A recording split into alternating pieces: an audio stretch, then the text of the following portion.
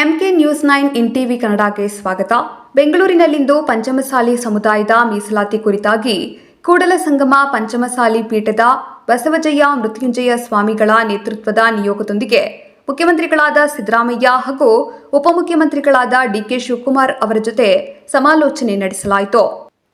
ಈ ವೇಳೆ ಕೂಡಲಸಂಗಮ ಪಂಚಮಸಾಲಿ ಪೀಠದ ಬಸವಜಯ್ಯ ಮೃತ್ಯುಂಜಯ ಸ್ವಾಮೀಜಿ, ಸಚಿವರಾದ ಶಿವರಾಜ ತಂಗಡಗಿ, ಶಾಸಕರಾದ ಬಸನಗೌಡ ಪಾಟೀಲ ಯತ್ನಾಳ್, ವಿಜಯಾನಂದ ಕಾಶಪ್ಪನವರ, ವಿನಯ ಕುಲಕರ್ಣಿ, ಬಾಬಾ ಸಾಹೇಬ್ ಪಾಟೀಲ, ರಾಜ್ಯಸಭಾ ಸದಸ್ಯರಾದ ಈರಣ್ಣ ಕಡಾಡಿ, ವಿಧಾನ ಪರಿಷತ್ ಸದಸ್ಯರಾದ ಚನ್ನರಾಜ ಹಟ್ಟಿಹೊಳಿ ಸೇರಿದಂತೆ ಪಂಚಮಸಾಲಿ ಸಮಾಜದ ಅನೇಕ ಮುಖಂಡರು ಉಪಸ್ಥಿತರಿದ್ದರು. ವರದಿ ಮಹೇಶ್ ಪಾಟೀಲ್, ಎಂಕೆ ನ್ಯೂಸ್ 9 ಇನ್ ಟಿವಿ ಕನ್ನಡ.